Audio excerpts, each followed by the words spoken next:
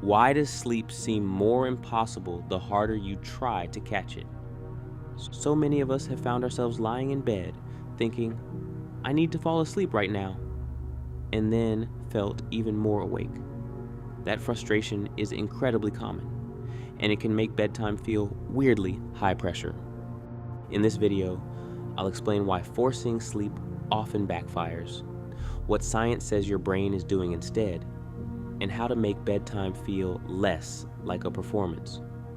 We'll get into insights gathered from research on insomnia and the psychology of sleep effort. It's been a long, exhausting day.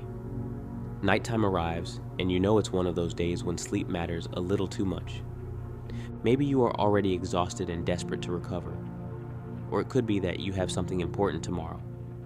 Maybe you just know that if you do not sleep well tonight, you'll feel the pain tomorrow. So you get into bed with one goal: fall asleep. That's perfectly reasonable, right? But then the pressure starts building. You start noticing how long you have been awake. You check the clock, do the math in your head.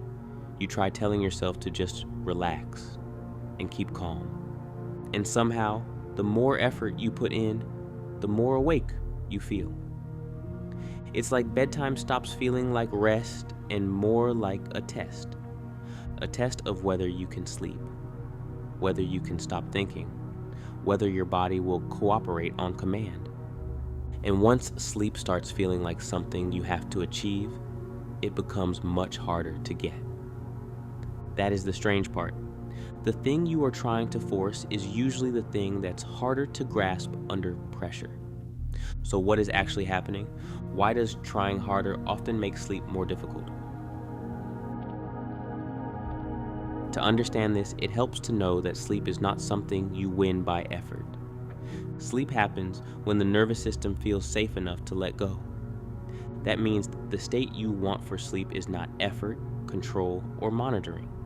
In many ways, you need to surrender to it. This is exactly why forcing sleep backfires. When you start trying to sleep too hard, your brain can shift into a performance mode. Instead of asking, am I resting? It starts asking, am I doing this right? Why am I still awake? How much time do I have left? What if I do not sleep enough? That turns bedtime into a kind of self-monitoring loop. In insomnia research, sleep effort and time monitoring behavior are linked to higher pre-sleep arousal.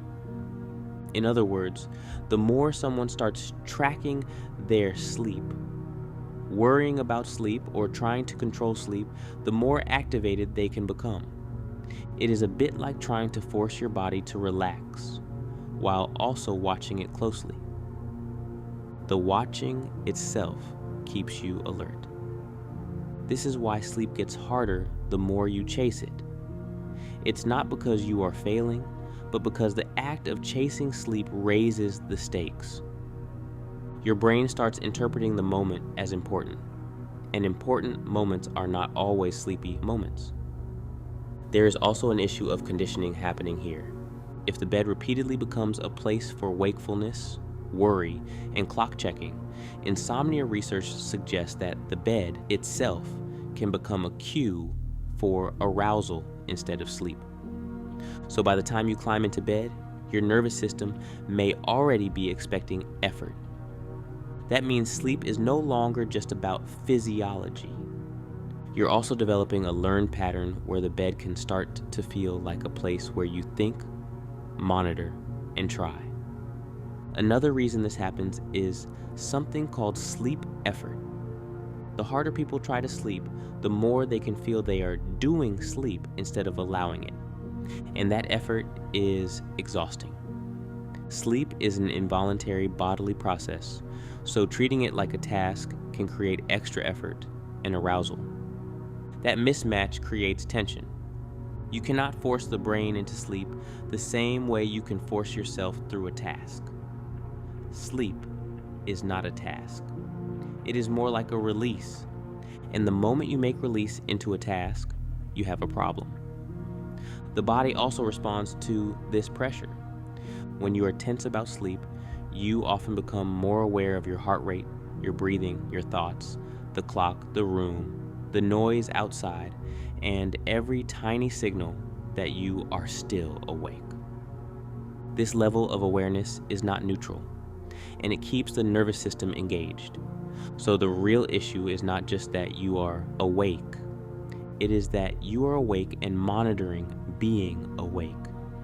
That double layer of awareness can keep you stuck.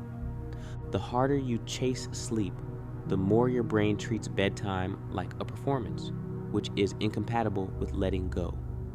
That is why the more you push for sleep, the more it slips away.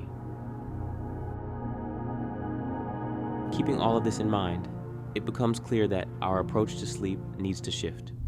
You are not trying to make sleep happen by force. You are trying to make sleep possible by reducing pressure. Here are a few practical ways to do that. First, stop making sleep the thing you must perform.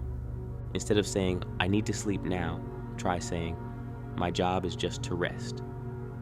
That shift matters.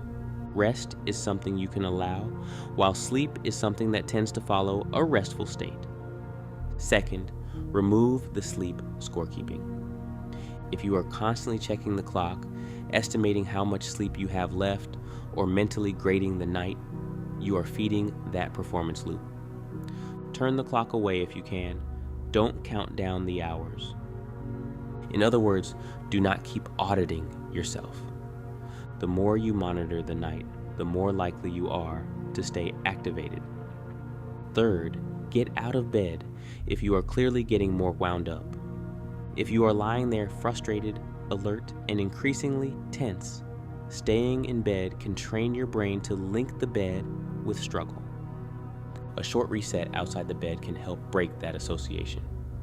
Try something quiet and boring. Make sure the lights are dim. Seek a calm room somewhere else in the house. Read a few pages from a book, do a slow breathing exercise, or play soft, calming music. The goal is not to wake yourself up more. The goal is to stop the bed from becoming the place where you battle sleep. Fourth, lower the stakes earlier in the evening. A lot of sleep pressure starts before bedtime. If the whole night feels like a countdown to tomorrow, your brain enters the evening already braced. So give yourself a buffer. Going into bedtime, slow your pace. Make sure your pre-bed nighttime routine is a calming, no-pressure zone. Finish the day a little earlier inside your mind. Sleep starts becoming easier when bedtime is not treated like a high-stakes performance tense. Fifth, practice letting sleep arrive rather than making it arrive. This is the heart of it. Sleep is more likely when your brain is not watching it happen. That means the skill is not try harder. The skill is step back. You can still care about sleep. You just do not have to wrestle it into place. And if sleep problems are frequent, severe, or long-lasting, it can help to speak with a health professional.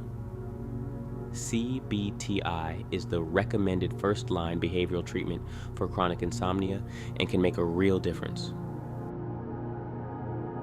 So if sleep gets harder when you try to force it, that does not mean your body is broken. It usually means your brain has turned sleep into a performance. This means that the nervous system stops doing the one thing sleep needs most, which is letting go. The good news is that this can change without forcing it. Instead, lower the pressure and give your brain permission to stop performing. Try making bedtime feel less like a test and more like a safe landing. If this helped you understand your mind a little better, consider liking the video. It helps more people discover calm science. And if you enjoy calm, science-based explanations like this, subscribe for more. I'd also love to hear from you. What makes it hardest for you to fall asleep? And if you want to keep learning, check out the next video on your screen. Until then, be kind with your mind.